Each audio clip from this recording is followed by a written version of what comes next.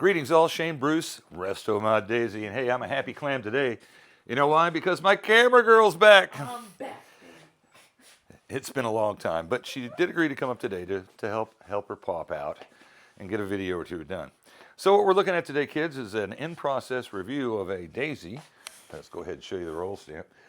Red Ryder Carbine. It's a 111 Model 40, old boy. Now, this particular gun is not so ancient because it came with an aluminum lever that has been repainted at some point in time in the past. But we know that because it has an aluminum lever that it's a post-war gun, 45, 46, 47, maybe 48. That's about the range that we would expect. Now, I've already done an intro video on this gun. It came in, it wasn't running all that hot. The owner wanted the internals reworked to get max velocity out of that. We've done that. And then he wanted a nice set of curly maple stocks for it. Tell you what, let's take a look at some of the particulars here. This is the original factory mainspring. Now, I don't know if you can see the carbony looking, kind of copper looking file. Yeah, it's nasty. But here, back out of the shop, I'll show them this. It's not sacked, but it was still only running about 215 feet a second with the factory air tube. This is the old top hat style air tube with leather seals. And they're probably reusable if you're that kind of person that wants to stick, an 80-year-old piece of leather back in your gun and see how long it lasts for.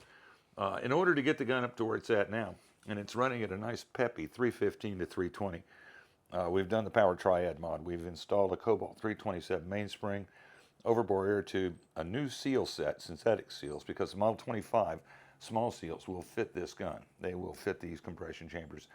So you're in luck, kids. If you've got a 11140, you can get a compression cup and an abutment seal. They'll go in the gun. They'll stay put. Now, because we wanted to put the power triad on, that means utilizing the Model 25 50-round spring-loaded. You see the little BB stacked up there. Shot tube that will bolt in directly for the original bottle cap. This is the original bottle cap. As you can see, in pretty good nick. Got a retention spring here. Let me show that to you with my finger. And then you'll notice the top of the tube, the seam is not visible. It's there, but it's not visible, which means it's a nice tight air tube. It's a good piece of kit. It's going to stay with the gun. Now, whenever I modify one of the receivers to accept a Model 25 shot tube, I put my trademark copper cap on the gun. That lets you know that this gun's been rigged inside and out. And in order to utilize the copper cap, when you want to swap to your rattle trap, let's say your 50 rounds just isn't enough. These are tapered, so they'll fit, one end will fit on with just hand pressure and remove with just hand pressure. The other end will not. So if you get one of my guns and you get confused about that, if it doesn't slip on, turn it around. Don't just beat it in place. It's happened. Anyway, to transition between, we'll go do a sample here. The Model 25 slips in. And the Model 25 doesn't have an interrupted thread either. So that means you just cinch it down until it's snug. Bam. There you are. Now, one of the other advantages besides having a seamless shot tube with the Model 25 magazine shot tube is that it cinches up to the abutment washer and solidly. It doesn't have an interrupted thread. What's an interrupted thread? That's an interrupted thread. See that? That's designed to allow this rattle trap tube to thread into the abutment washer. But once it clears that second thread, it can spin there indefinitely. And the reason it's set up that way is so that the loading gate, this little piece here, can always be matched up with the loading chute, which is right there. I'll show you that in just a second. But with the copper cap, you can install your Model 25, get it on there nice and secure, good tight seal at the bore, squeezes a couple of feet per second out of the system, then just kind of roll that off. Take your rattle trap shot tube, run her in, find the slot, and then wiggle it about and start threading it in. You'll notice that it gets closer and closer and closer to the muzzle until it gets to a point where it spins, just spins. That's the interrupted section of the threads. And it's there so that after you dump your BBs in here, you can roll the lightning loader down there, and the BBs don't fall out. Pretty convenient. To remove it, just take it counterclockwise, run her out. She'll thread out. She'll thread out. She'll thread out eventually. Bam, like so. Boom. So you can use either shot tube. A big bonus. You can get 50 rounds of pure power, or you can go with 500 rounds of pretty good power in this particular setup. Either way, if you start banging away at cans with one of these resto-modded daisies, you'll shred them up pretty quick. The quickest one I ever killed was 34 shots. It took, what was it, 3 minutes and 15 seconds to do that. That's pretty impressive. Now, the gun, when it got here, was in pretty good nick. This was an eBay find. A subscriber sent it in to get it modded. Let's take a look at the surface finish on it. This is not a factory finish because factory Daisy Blue is a little bit different tone. And if we travel around the receiver and take a look, you can see that it has been refinished. And you can tell that because of all these deep scratches and pits and various and sundry other objects of non-maintenance are also blued. So you'll see that in fire blue as well, but you won't be that bad, you know, because normally I take a little bit of time to smooth up the surfaces some before I fire blue them. But this is an acceptable job. It's got a fairly good coat of blue on it. Let's roll all the way down here to the muzzle. We'll see if we can get a, you can see how there's a color shift in here. So I'm pretty sure this was a cold blue. I don't think it was a hot blue because they're typically a little bit more uniform. But if you look hard, you can see where there's stripes. And that would have been where the cold blue was applied in a motion like so on a pad. So it's not a bad look. It looks really good on this gun. Looks good enough not to do anything to it on this gun. Now, for comparison purposes, this is another 11140 that's been fire blued.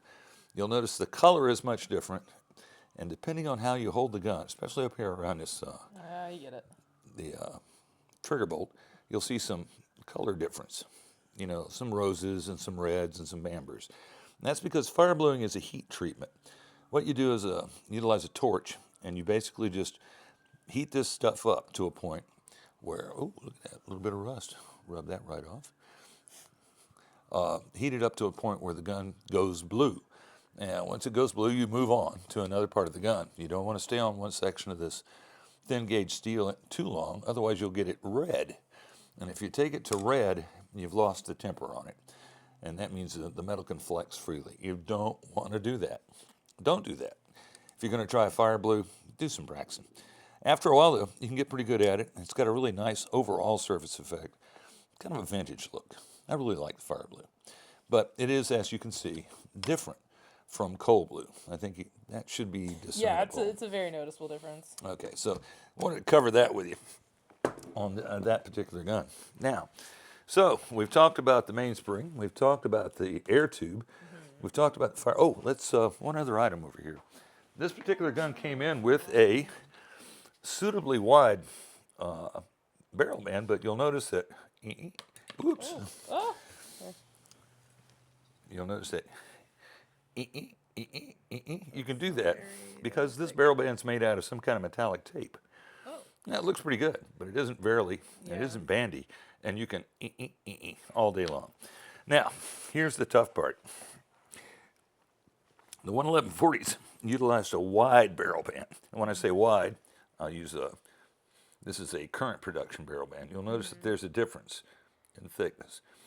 So, if you get a 11140 and it doesn't have a barrel band, you're going to have to find a wide barrel band if you want the appropriate barrel band for the production year. If you don't care, you can take a regular barrel band, and as you'll notice, they will fit. So you can take a skinny band and use it where the fat band should have been, if you want to do that. So, in order to get this gun finished up, what we're going to do is we're going to replace the, I really don't know what the tape-made band with an original band. Now, finding an original band in original condition can be tough. It's really tough to do here. That's like aluminum. Something, isn't it? All right, so this is like an original band. See, it's a blue finish. It's kind of rough.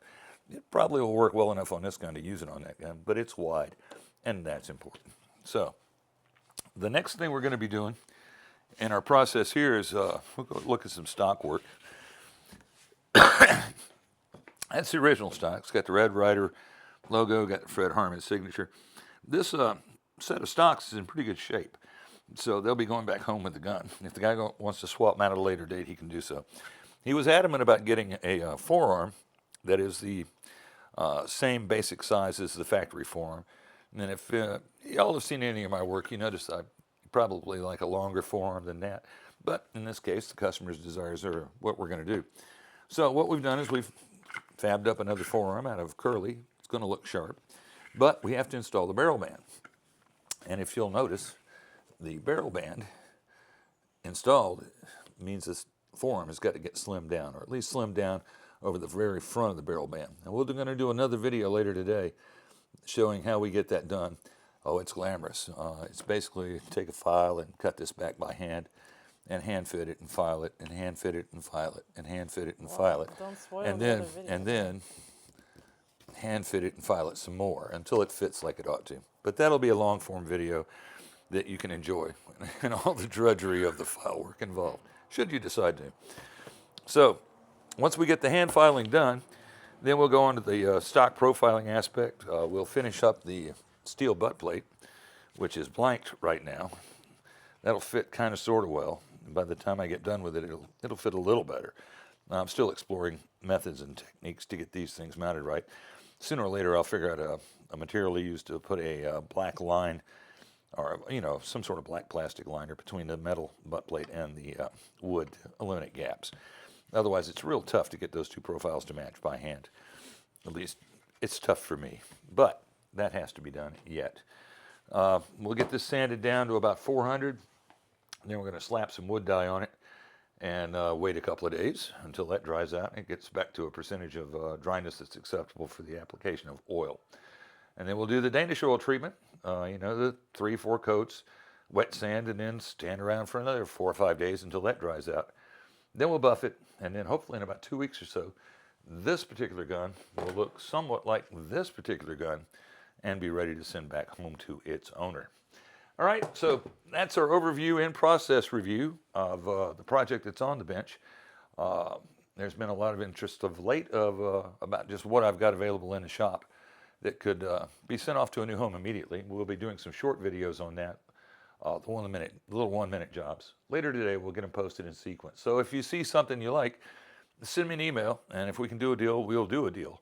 But if you wait around and take your time, you might not be able to get what you thought you wanted. That's all we've got for you today, kids. This is Shane Bruce with Resto My Daisy, signing off.